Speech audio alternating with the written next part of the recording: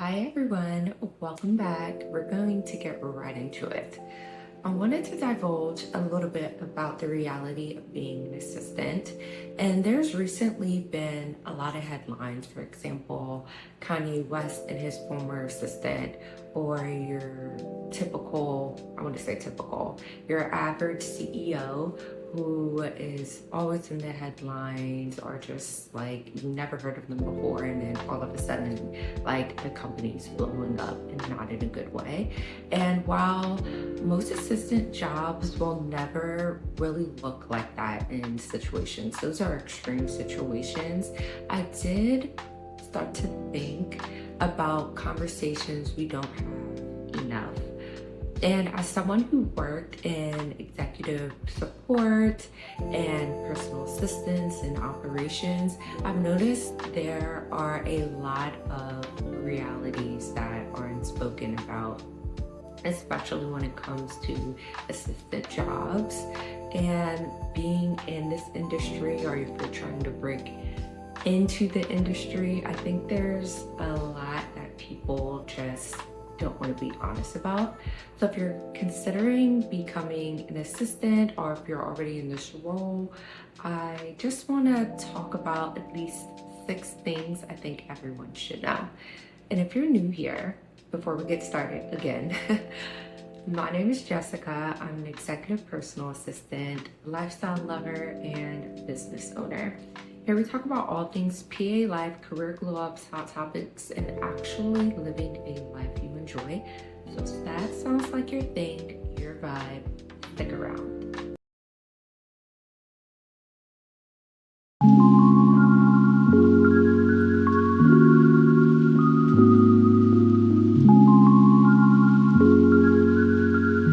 And I have my notes, so we're gonna get right into it. So the first thing I'm going to talk about is the person matters more than the position. I believe, at least when I first started, I thought that the person mattered more than the position, or the company mattered more than the role itself. And this is completely false. I've learned early on that in this type of world, you're supporting, or who you're supporting, or what you're supporting matters more than the title alone. People get excited about supporting CEOs, celebrities, entrepreneurs, executives, but your day-to-day experience is going to be completely different every day, and it's shaped by that person's communication style, their boundaries, their personality, and their leadership. A great executive tends to make demanding, I would say, choices, and it will make the role enjoyable depending on who you're working for. Things can get difficult, but I believe it can have an enjoyable side depending on who and what you're supporting. And a difficult executive can make it even very exhausting, even if it's a high-paying job. You'll know the difference, especially if you've been in this role before. And if you're new, you'll definitely know the difference, whether it's exhausting or if it's actually feeding you. So when you are interviewing, just don't ask what they want you to do. Ask yourself if you can actually work for them. Ask personal questions and really get to know them, just not who they represent to be.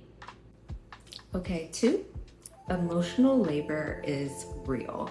This is probably one of the least things talked about in this job, especially when you're interviewing. It happens, but no one wants to talk about it.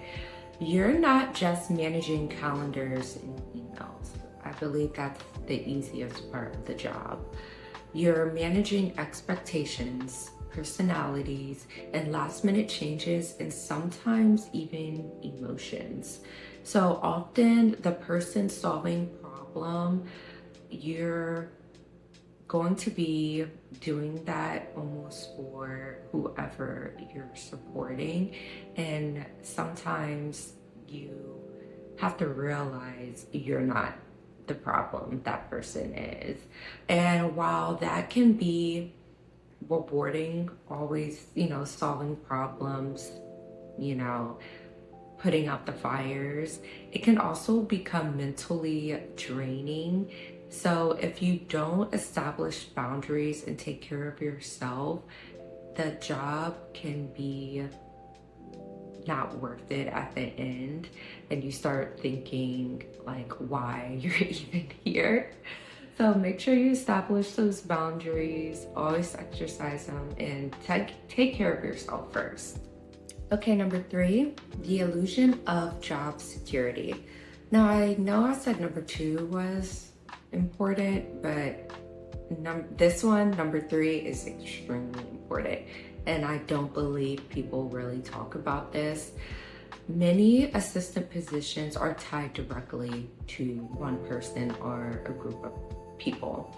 And when they retire, when they relocate, when they downsize, when they sell a business, when they change priorities, or simply decide that they no longer need support, your role position can disappear very quickly. And I've always wanted to stay encouraged. So that's why I do think in this role, you have to think 10 steps ahead for yourself. And assistants who constantly think beyond their current role and continue to invest in themselves and their skills won't have to depend on one person or that company entirely. Now, that being said, your exit strategy should start on day 1. And this is point number 4. This doesn't mean you're planning to leave. That doesn't mean day 1 you sign your offer letter and you're like, all right, I gotta plan my exit. It's more so like a mental state. It means you're planning to grow. That's exactly what it means. You're building your network, you're keeping your resume updated, you learn new systems, and you create additional income streams if possible. The strongest assistants I've met always are preparing for the next opportunity, but still staying excited about their current role. Now for point 5, skills equal career security. Now, I've been getting a lot of questions as far as like systems, what to learn, what courses to take, things of that nature when it comes to becoming an assistant role, because I do believe being an assistant is a great stepping stone for becoming so many things when it comes to the business world. So what I like to think of it as, you're just not learning systems just to learn them. Is actually a great way to grow in your career and whoever you're supporting. So systems like Monday.com, Slack, Trello, Microsoft Office, which is pretty worldwide. I haven't worked with one company that doesn't use a Microsoft Office platform. Doesn't matter what they do. I've just seen that a lot. Also, you would want to consider Google Workspace, project management platforms that can make you incredibly valuable. Learning these skills will take you a long way. In this day and age, you don't have to take a course and you don't really have to make it so time consuming. A quick Google search, YouTube video, some TikTok videos, even some books out there, but really practicing. Just don't, look at it online. Download those softwares, try out the trial, really learn as much as you can and make it your own. Because learning certain skills like that to even travel coordination, event planning, business administration, project management, operations, vendor management, and even executive communication can open doors far beyond assistant work. So some great areas I would consider to study in would be business administration, business management, project management, event planning, travel coordination, operational management, which I think would be key. If you had to like start with one, that would be one, and customer experience, which is extremely important because when you are in this role, you're just not. Sorry, my camera died per usual. But what I was getting at before we are almost done with this video, what I was getting at was this isn't just a job for you. Look at it as your business because you're supporting your customer, your client. So customer experience is definitely important. And I think it's something that a lot of people take for granted. The most problems you can solve when it comes to this role are the more opportunities you can create for yourself. Full story when it comes to this type of role. Social media can often show the exciting parts of an assistant job, the luxury trips, the events, the high profile executives, the executive experiences, but what people don't see is the schedule changes, the last minute requests, the bad moods sometimes, the long hours, the constant solving problems, and even the responsibility that comes with being the person everyone relies on. There are some incredible opportunities, I will say that, when it comes to this field, but there's also a lot of work happening behind the scenes. At the end of the day, I still think assistant roles can have one of the best career opportunities available. They give you an inside front row seat on how businesses operate, how leaders think, and how successful organizations run.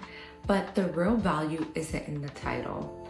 If the skills, the relationships, and the experience are built along the way, it will give you a better outlook when it comes to your career and whatever you want to do within your life. So if you're considering this career path, go into it with your eyes open. Be optimistic, keep learning, keep growing, and remember that your long-time role in this career isn't the end goal. And just remember that and you'll go a very long way.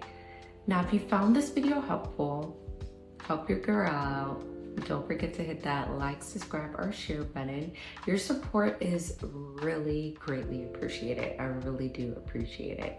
If you have any other questions, comments, concerns, please leave a message, DM me. I do love receiving them. I do believe I'm going to be making a part 2 to this video. So if there's anything you would like for me to divulge on a little bit more, just let me know and we'll get right back into it. Thanks for hanging out, and until next time.